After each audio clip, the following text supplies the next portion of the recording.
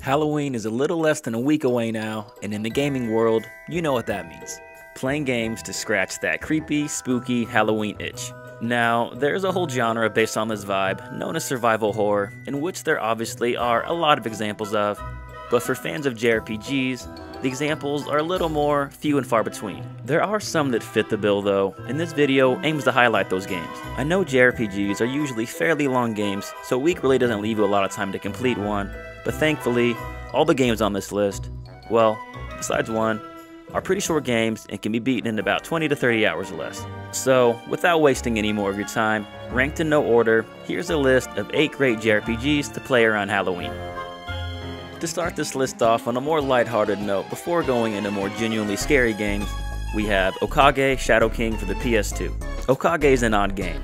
As you can see, it has more of a whimsical, creepy, cute type of aesthetic, rather than an actual creepy one played seriously. It almost feels like it kinda has a Nightmare Before Christmas type of vibe to it, like if Tim Burton himself created a cartoony-like anime RPG. Anyway, Okage places you in the role of a young boy named Ari in the evil King Stan who resides in Ari's shadow, who he came to travel with in the first place after healing a curse on his sister. Stan is on a quest to restore his lost powers and destroy the false evil kings who stole his powers, and being that he's Ari's shadow, Ari's of course forced to go with him. Yeah, I did say it was a pretty odd game, didn't I?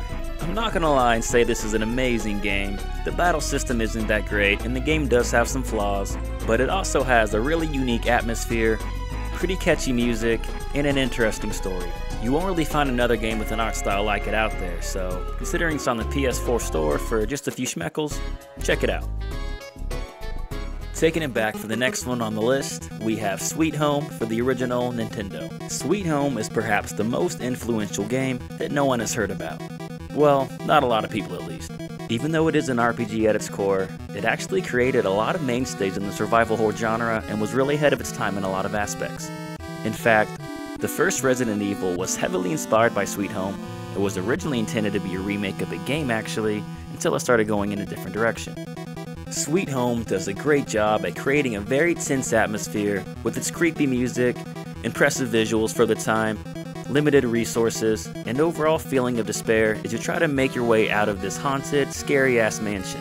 The story involves the film crew investigating the abandoned home of a dead artist as they try to recover some of her lost works. Well, that is until they get trapped inside with a bunch of ghosts and monsters everywhere. The game then makes you split your group into two, and considering there's only 5 characters, all which have unique skills by the way, it means that one group is always in more danger than the other, which adds to the sense of uneasiness the game goes for. Sweet Home was actually based on a Japanese horror film, making it one of the best licensed games ever, but unfortunately, it was never released in the West for obvious content reasons. However, an English fan translation does exist, making it fully playable for us non-Japanese speakers. The game still holds up extremely well to this day for being an OG Nintendo game, and is one of the very best on the entire system. I highly recommend it.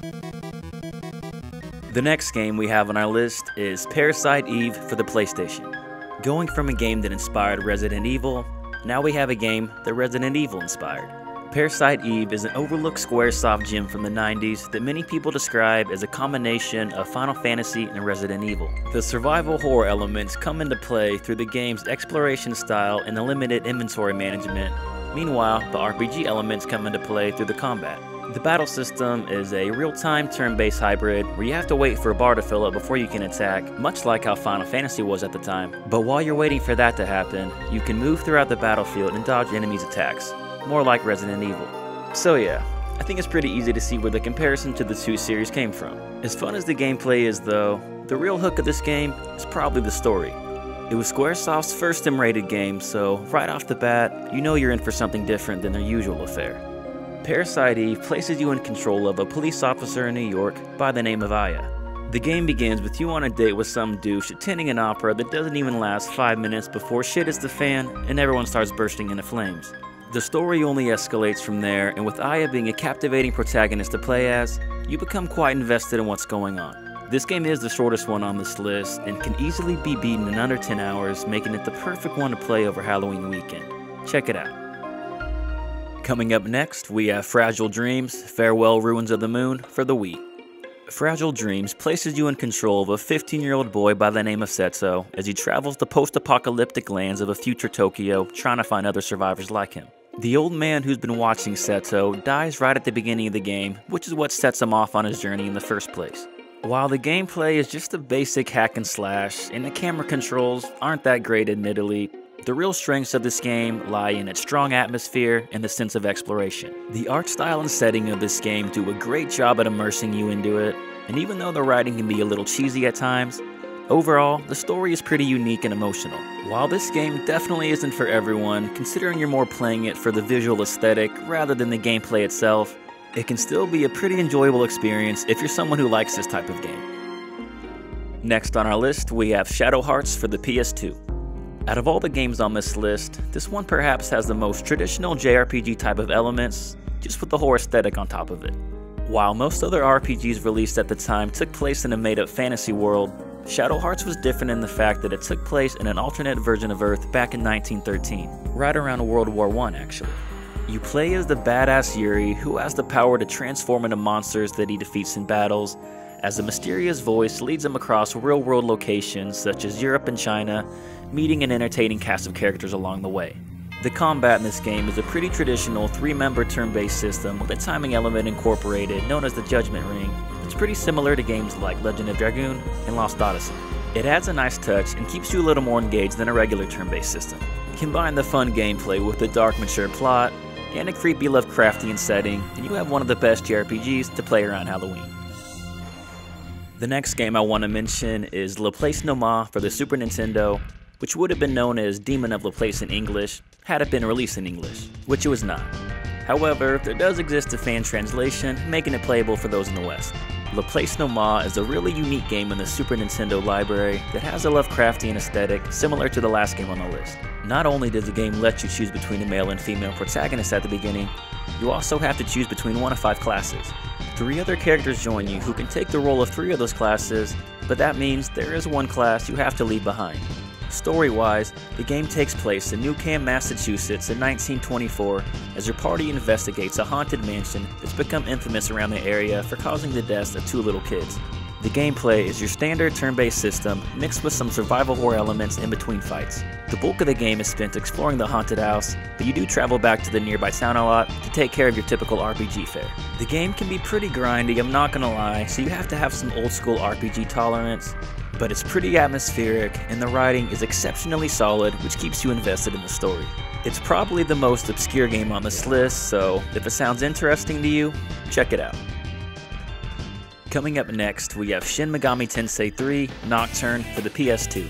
A lot of games from the Shin Megami Tensei series could fit here really, but I'm singling out Nocturne because this one in particular has a really haunting atmosphere as you traverse a post-apocalyptic Tokyo with demons everywhere.